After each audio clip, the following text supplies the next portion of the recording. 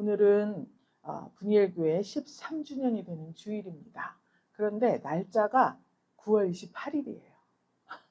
설립 기념일 날짜가 9월 28일인데 9월 28일이 주일이 되기가 굉장히 힘들었습니다. 그 앞뒤로 이렇게 있었는데 오늘은 9월 28일 오늘이에요. 오늘. 할렐루야. 하나님께서 여기까지 도와주셨습니다. 에베네셀 하나님을 찬양합니다.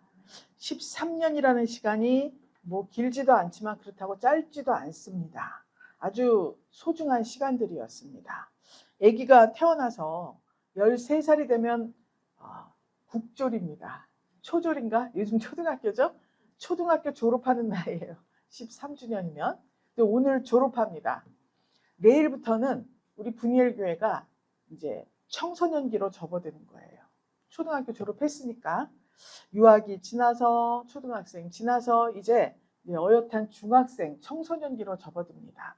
우주에서 쳐들어오지를 못한대요. 이 중학생이 무서워서. 근데 요즘 연령대가 점점 낮아지고 있어요. 7살이 무섭고 또 그러다가 이제 3살이 무섭고 요즘 이런 시대인데 돌아보면 우리가 기쁨도 참 많았습니다. 그런데 결코 쉽지 않은 시간도 많이 있었습니다.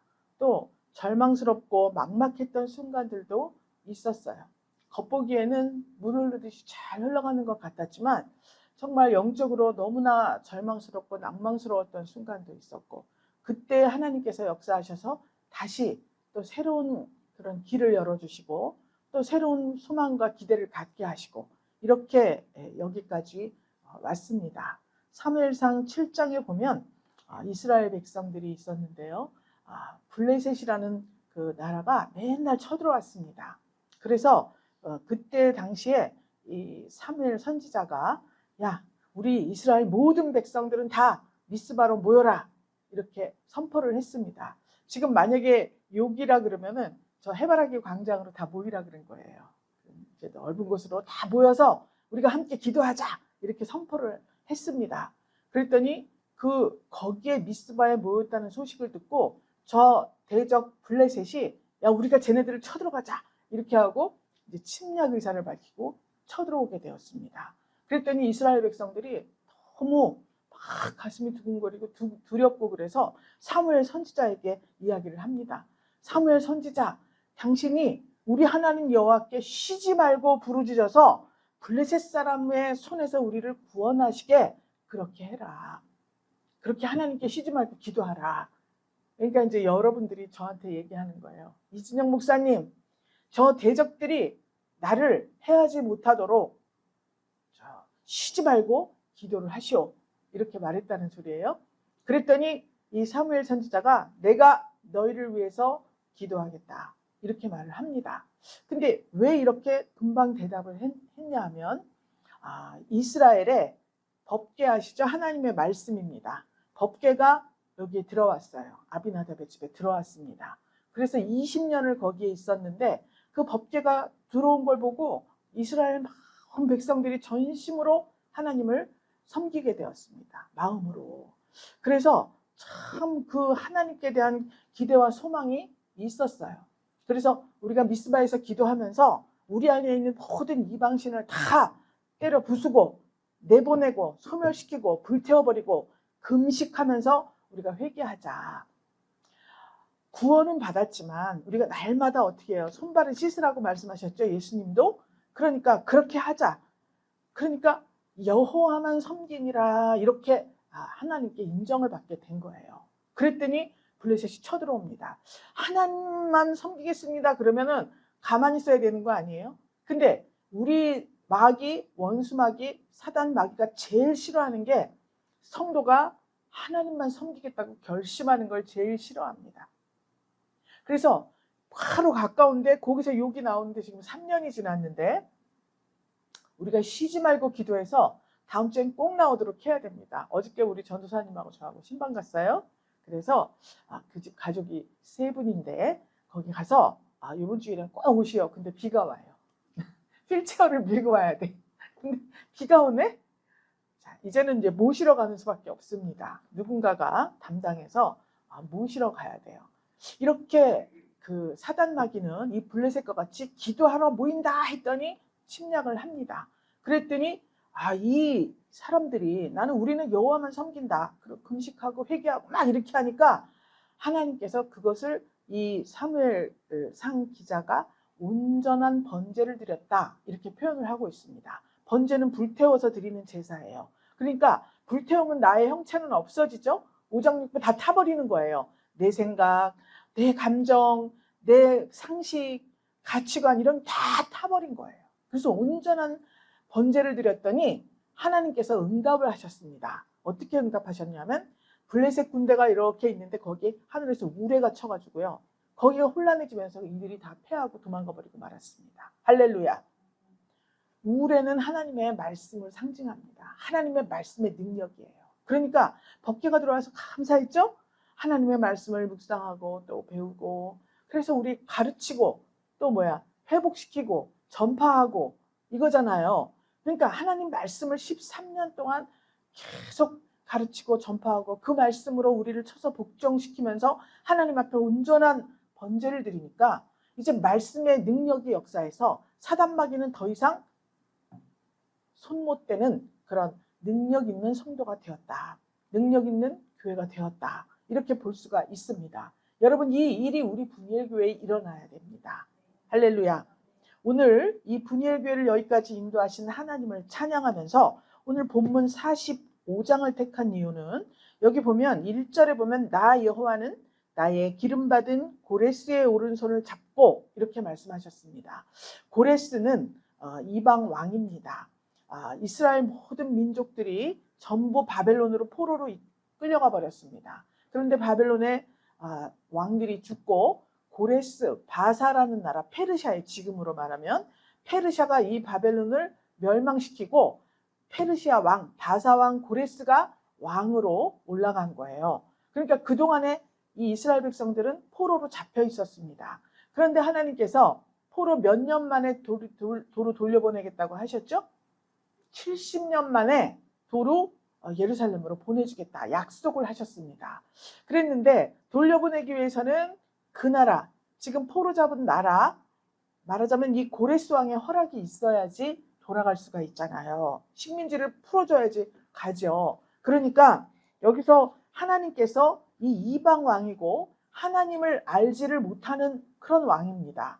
하나님이 누군지를 몰라요. 그런데 이 고레스 왕을 하나님이 그 오른손을 딱 붙잡고 그에게 기름을 부었다. 이렇게 지금 여기 나와요. 그러니까 이방 왕이었지만 하나님께서 그를 붙드신 거예요. 그래서 고레스를 사용해서 이스라엘 백성들을 다시 본토로 귀환시키는 이런 역사를 이루시는 장면입니다. 그렇습니다. 우리가 하나님은 우리를 이제 자녀를 삼아 주셨어요. 근데 우리가 처음 태초부터 예수님을 알았던 것은 아닙니다. 아무리 내가 모태신앙이라 하더라도 1살, 2살짜리 잘 모르죠? 그런데 고양이도 알아요.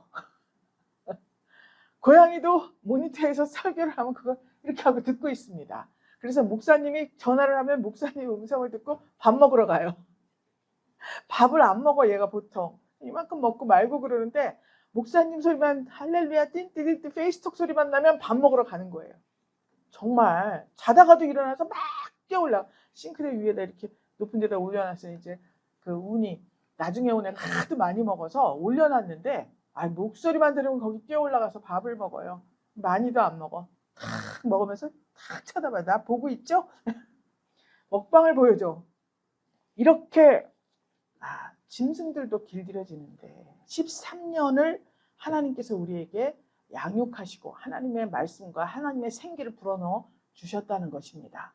그런데 하나님과 원수되었던 우리가 예수 그리스도의 보혈로 우리가 하나님의 자녀가 되었어요. 원래 남남이었습니다.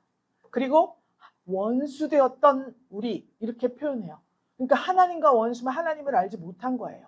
그런데 예수님께서 다리를 놓아주셔서 하나님과 원수되었던 우리를 화해시키셨어요.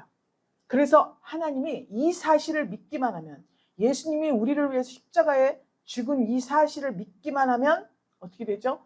자녀가 되는 권세를 주신다. 이렇게 표현을 하고 있습니다. 그냥 자녀로 주는 게 아니라 권세를 주신다. 굳이 이렇게 표현을 하셨어요. 더 이상 우리는 종이 아니고 하나님의 자녀라는 것을 말씀하고 있습니다. 그래서 오늘 말씀의 제목이 뭐냐면 칭호를 주신 하나님. 칭호는 이름이죠. 이름. 그리고 또 직분. 뭐 이런 불리우는 어떠한 호칭을 말합니다. 그런데 그것을 우리에게 주셨다. 그럼 우리가 이름을 부를 때 그 사람의 정체성과 사명을 깨닫게 하십니다. 그래서 모세가 양을 쳤습니다. 살인을 하고 미디안 광야로 도망갔어요. 거기서 막 양을 치고 있는데 어느 날 호렙산 꼭대기에서 모세야 모세야 부르셨습니다. 모세야 모세야. 물에서 건진 자란 뜻이죠. 모세가 모세야 모세야 부르시고서 네가 이스라엘 백성들을 애굽에서 빼내어 와야 된다. 내가 너를 지도자로 사용하겠다. 이렇게 사명을 주셨습니다. 그러니까 모세가 그 홍해를 딱 건너서 이스라엘 백성들을 끌고 하나님이 홍해를 갈라주셨죠. 이스라엘 백성들을 데리고 쭉 나왔습니다. 그때 고린도전서 10장에서는 구름과 바다에서 이스라엘의 모든 백성들이 세례를 받았다고 나와요. 세례는 물에 들어갔다 나오는 거죠. 물에서 건진 자 모세. 그 물에서 건진 자가 이스라엘 백성들을 물속에 빠져 죽어야 되는데 그 바닷속을 길 삼아서 나와서 다시 건너편에 살려놓으신 거예요. 그러니까 그 이름과 정체성과 사명이 이름 속에 다 들어있죠. 그러고 보니까 그렇습니다. 부모가 자녀 이름 지을 때도 어떤 소망과 기대를 담아서 그렇게 짓습니다. 그래서 하나님께서도 자기 백성을 부르실 때 새로운 칭호와 새로운 이름을 주십니다. 그래서 이전에 우리가 하나님을 잘 모를 때 우리가 성장해가는 과정 속에서 우리 이름을 또 바꿔주고 새 이름을 주셨다. 막 이런 고백들을 많이 합니다. 요즘에는 뱃속에 있을 때 태명이라고 하죠. 태명 막 불러요. 그래서 제가 아기를 가졌을 땐 이 태명을 무게라고 지었습니다. 무게야 무게. 그랬더니 무게가 4.3kg짜리가 나왔어. 보통 3.5 막 이런데 얼마나 무거운지. 무게가 4.3kg. 머리가 이만해가지고요. 이렇게 이름에 정체성이 들어있습니다. 그러면 여기에서 이 기름받은 자 고레스에게 주신 사명이 분명히 있을 거예요. 이방왕이지만 하나님께서 나의 기름받은 고레스다. 이렇게 불러주셨습니다. 그러면 이 고레스를 통해서 하신 일이 무엇인가? 이것을 통해서 우리 분열교회 13년의 여정을 돌아보아야 합니다. 그리고 앞으로의 시간들도 우리가 소망과 기대를 할 수가 있겠습니다. 45장에 보면 1절 2절 보면 고레스에게 어떤 은혜를 주셨냐면 열국으로 그 앞에 항복하게 하고 그랬습니다. 이때 당시엔 전쟁하는 시기예요. 그 전쟁을 해서 내가 강하면 내가 그 땅을 차지하는 거잖아요. 전쟁이 많은 시기에 모든 열국으로 그 앞에서 항복하게 한다. 당할 자가 없게 하신다는 소리예요. 그런데 그 앞에서 항복하게 할 뿐만 아니라 열왕의 허리를 풀며 그랬어요. 열왕이 전쟁하고 일할 때 허리띠를 조이지 않습니까? 근데 허리띠를 풀어놓으신다는 거예요. 그렇죠? 그러니까 고레스가 마음만 먹으면 모든 것을 다 가질 수가 있는 거죠. 그뿐만 아니라 성문을 그 앞에서 열어서 닫지 못하게 하리라. 이렇게 말씀을 하신 거예요. 그러니까 하나님은 기름을 부으시고 사명을 주실 때에는 이 모든 은혜와 능력과 권세를 주신다는 거예요. 환경을 이미 조성시켜 놓으셨다는 거예요. 믿습니까? 믿습니까? 내가 내 앞서가서 험한 곳을 평탄케 하고 논문을 쳐서 부수고 세리장을 꺾는다. 이렇게 표현을 하고 있습니다.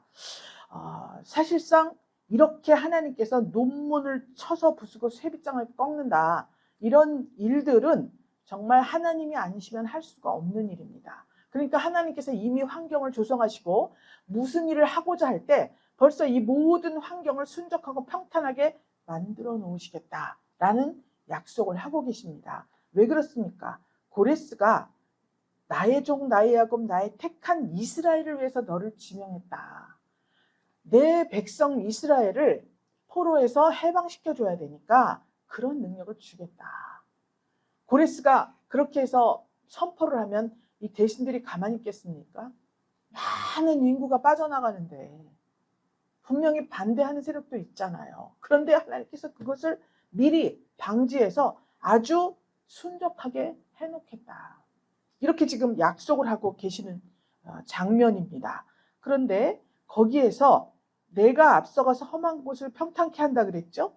그 다음에 3장에 보니까 3절에 보니까 흑암 중의 보화와 은밀한 곳에 숨은 재물을 준다. 수없이 많이 들은 이야기입니다. 기도할 때도 우리가 매일 간구하는 소리예요, 이게.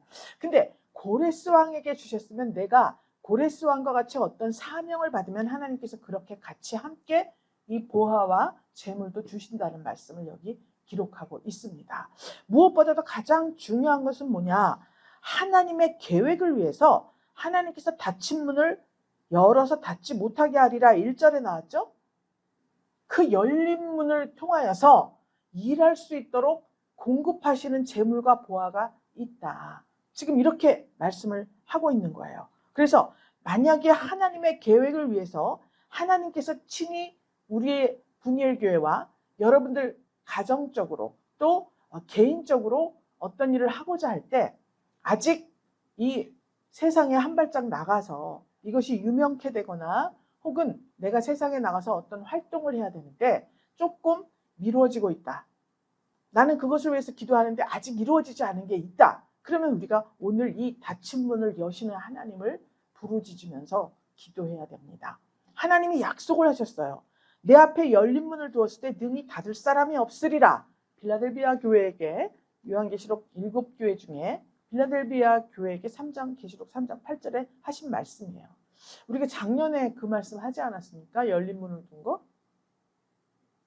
잊어버렸죠? 9개월 지나니까. 열린 문을 두었는데 능히 닫을 사람이 없다.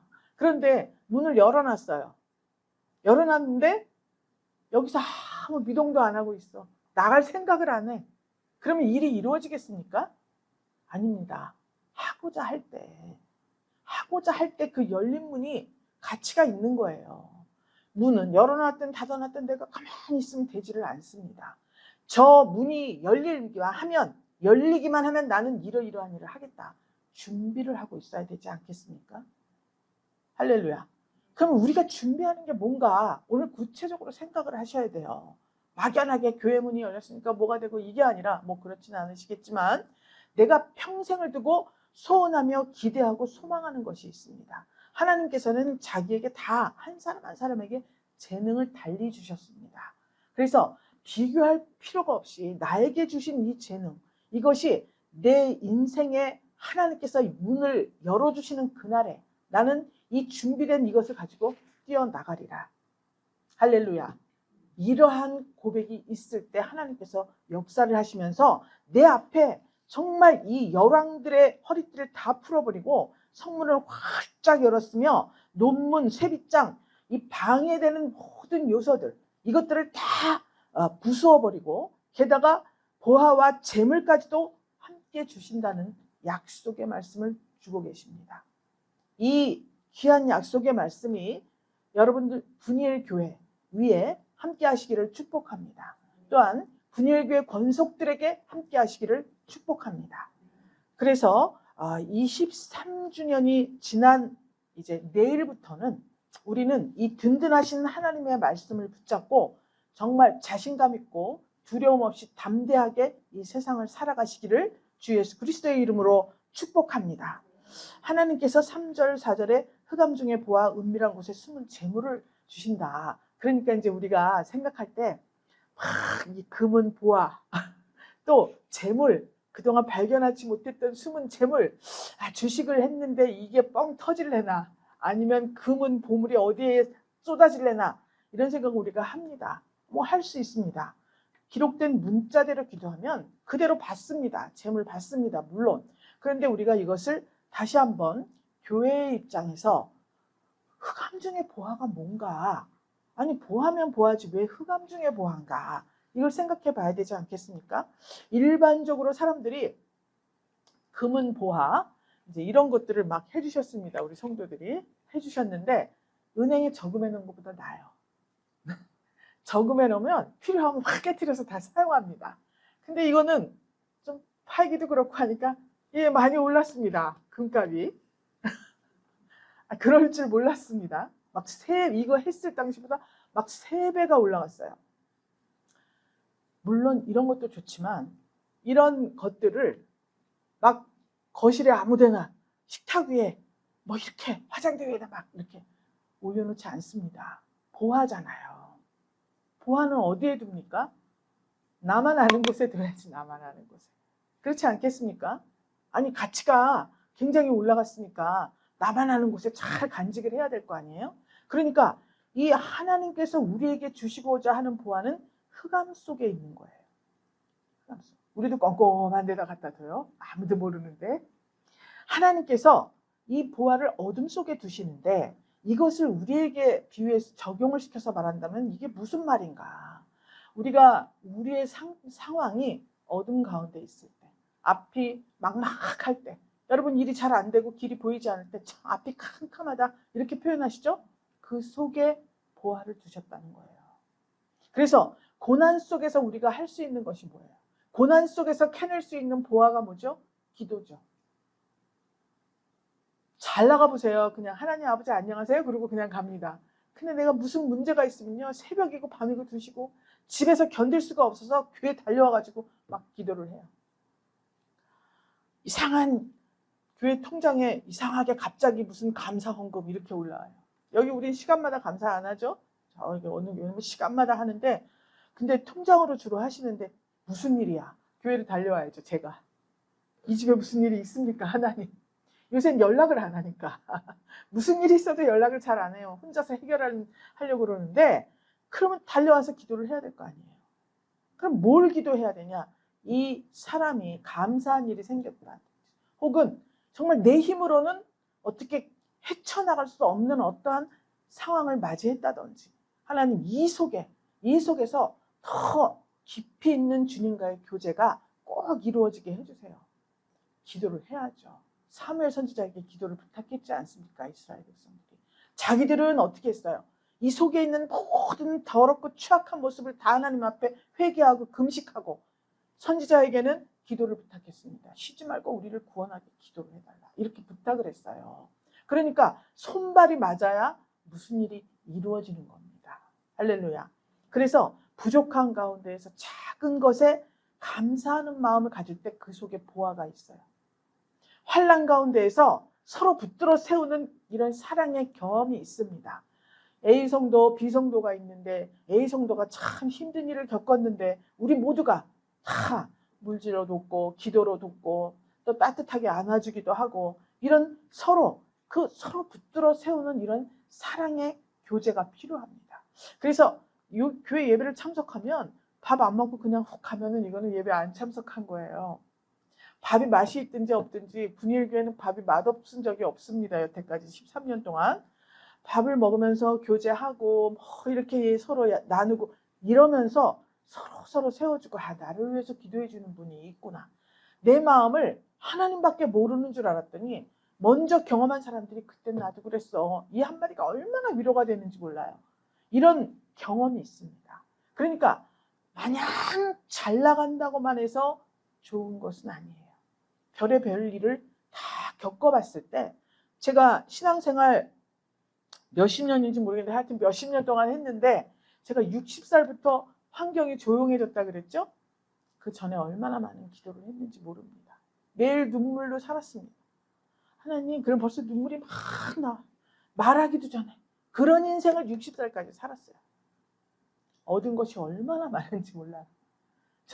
그 중에서도 보이는 보화는 2층에 있는 그 갤러리에 있는 그림들이죠. 하나님께서 손을 잡고 그려주신 그 그림들이에요. 이제 발표할 때가 거진 다가온 것 같습니다. 더 집중해서 기도해 주시기 바랍니다. 요셉은 일생이 정말 기구하기 짝이 없습니다. 어려서 집에 있을 때부터 형들이 10명의 형들이 요셉을 미워했습니다. 요셉을 곱게 이렇게 쳐다보는 적이 없어요. 항상 이렇게 쳐다봤습니다. 누가 오면 우리 동생 왔네? 저기 꿈꾸는 자가 왔다. 지가 꿈꾸고 우리 모두가 다 저한테 절한다고 말한 놈이야, 저놈이. 그러면서 꿈꾸는 자가 오네. 항상 눈을 삐뚤게 뜨다 급기야는 요셉을 죽이기로 형제들이 결단하지 않습니까? 죽임당할 일을 하지를 않았어요, 요셉이. 예수님처럼. 그런데 그만 죽이려고 했습니다. 그때 뭐라 그랬어요? 죽이지 말고 팔자. 유다가 그렇게 말했습니다. 예수님 판 유다가, 유다의 조상이에요. 유다, 가룟 유다 조상 유다가 팔자. 죽이지 말고 팔아버렸잖아요. 팔아서 갔는데 거기서 또 감옥에 갇히게 됩니다. 누명을 쓰고. 이런 일이 어디 있습니까? 그런데 그렇게 17살에 집을 떠나서 13년 동안 고난과 환난과 기가 막힐 그런 역경들을 지나면서 하나님께서 차곡차곡 보화를 준비해 두신 거예요. 요셉에게. 하나님의 세계가 이렇구나. 영적인 세계가 이렇구나. 인간의 마음이 이런 거구나. 이런 걸 다 알게 하셨습니다. 가장 중요한 것은 꿈을 해몽할 수 있는 그런 지혜를 주셨어요. 그래서 어떻게 됐습니까? 꿈 해몽 한 번 해가지고요. 애굽의 총리가 돼버리고 말아요. 평소에 그 13년의 훈련 기간, 또 집에서 17년 동안의 시달림, 이런 것들이 없었으면 절대로 애굽의 총리가 되어서 수많은 사람을 기근에서 건질 수 있는 자질이 없어요, 자질이. 그런데 하나님께서 그 흑암 중에 보화를 그렇게 마련해 놓으셨다라는 거예요. 믿습니까? 혹시 앞이 캄캄하고 참 길이 안 보이고 절망과 낭망스러운 일이 우리 마음 가운데 있다면, 누구나 다 있습니다. 한 가지씩은 다 있어요.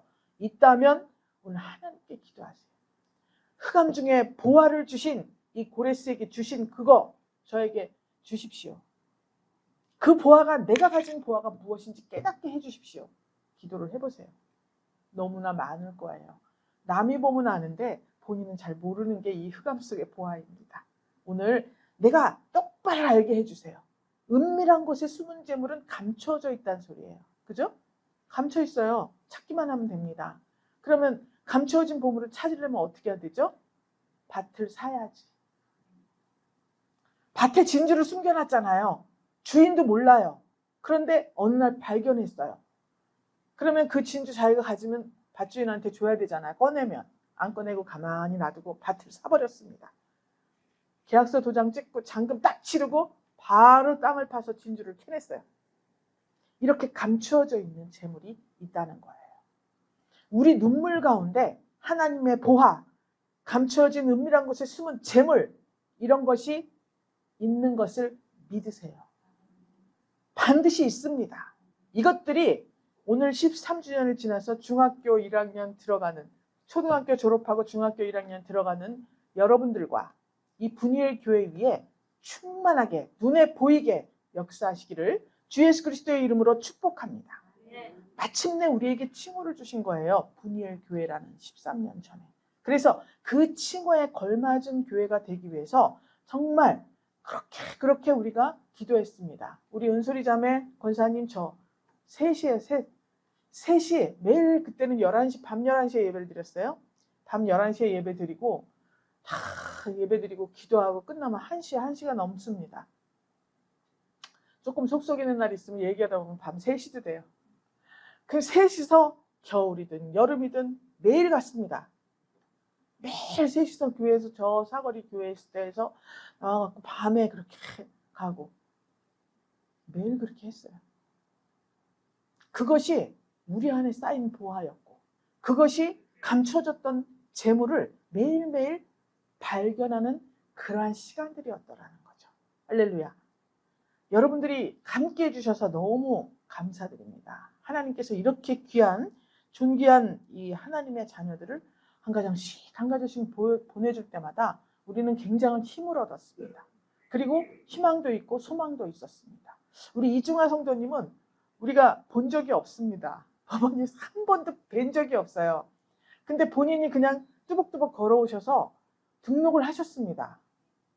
이건 정말 하나님의 일입니다. 너무 감사하죠?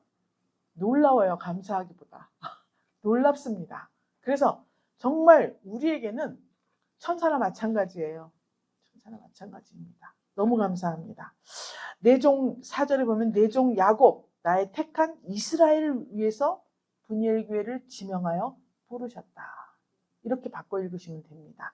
자기 백성을 구원하시고 자기 이름의 영광을 나타내려고 부르신 거예요. 분이엘 교회가 명성이 높아지는 것이 아니라, 뭐 명성이 높아질 일도 많이는 없지만, 그것이 아니라 하나님께서 여기에 속한 백성들, 또 밖에서 갈 바를 알지 못하고 음침한 골짜기를 헤매고 방황하는 많은 심령들에게 하나님의 생기, 하나님의 구원, 하나님의 생명을 전하라고 우리를 부르셨습니다. 그래서 권세도 주시고 능력도 주시고 재물도 함께 주셨습니다. 이 일을 여러분들이 감당하고자 할 때 하나님께서 고레스에게 주신 이 모든 것들을, 정말 영적으로 육적으로 주신 이 모든 것들을 다 여러분들에게 주시는 그런 약속입니다. 믿으십니까? 하나님은 우리를 증인이라고 부르셨어요. 사도행전 1장 8절에 있습니다. 오직 성령이 너희에게 임하시면, 즉 기름 받은 고레스에게 성령이 역사하셨다는 거예요. 오직 성령이 너희에게 임하시면 너희는 내 증인이 되리라, 이렇게 말씀하고 있습니다. 우리는, 이 분이엘 교회는 세상 가운데 그리스도의 편지를 들고 다니는 증인입니다.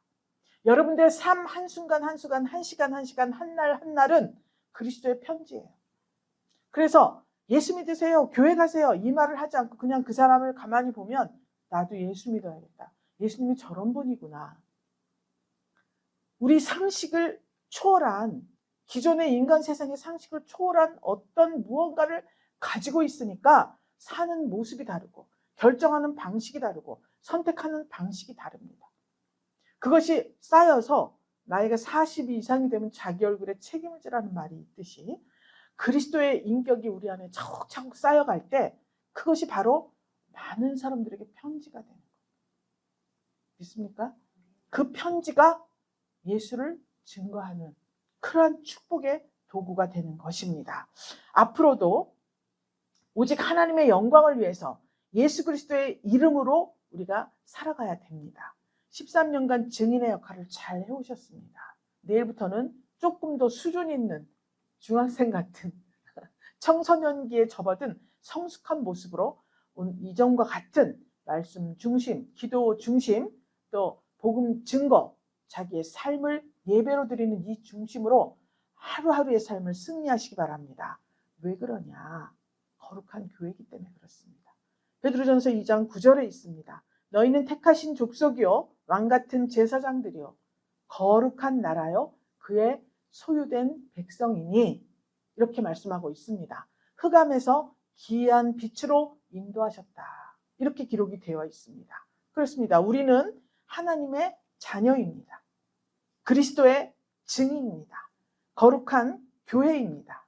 이 하나님께서 우리에게 주신 이름과 칭호, 또 사명, 정체성, 이런 것들을 가슴에 깊이 새기고, 오늘 이 시간 이후부터는, 이전에도 잘하셨지만 이후부터는 더욱더 하나님 앞에 받은 사명감을 가지고 엘리야와 같이, 다니엘과 같이, 요셉과 같이, 사도 바울 같이 하나님 앞에 죽도록 충성하는 저와 여러분 되시기를 주 예수 그리스도의 이름으로 축복합니다.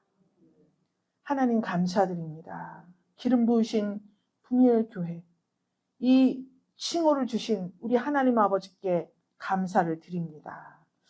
이 칭호를 받은 또 우리 분이엘 권속들을 축복합니다. 이 칭호를 마음 깊이 새기고 한 날 한 날을 하나님께 영광을 돌리며 능력과 권세 충만한 복음 증거자들이 다 되기를 주 예수 그리스도의 이름으로 축복하며, 흑암 속에 보화를 준비하시는 하나님께서 닫힌 문을 열어주시고 능력을 주시고, 하나님께서 심령마다 준비하는 그 모든 일들이 이제 아름다운 모습으로 보화같이, 은밀한 재물같이 나타나는 귀한 역사가 있게 하여 주시옵소서. 축복하며 살아계신 예수 그리스도 이름으로 기도 올리옵나이다. 아멘.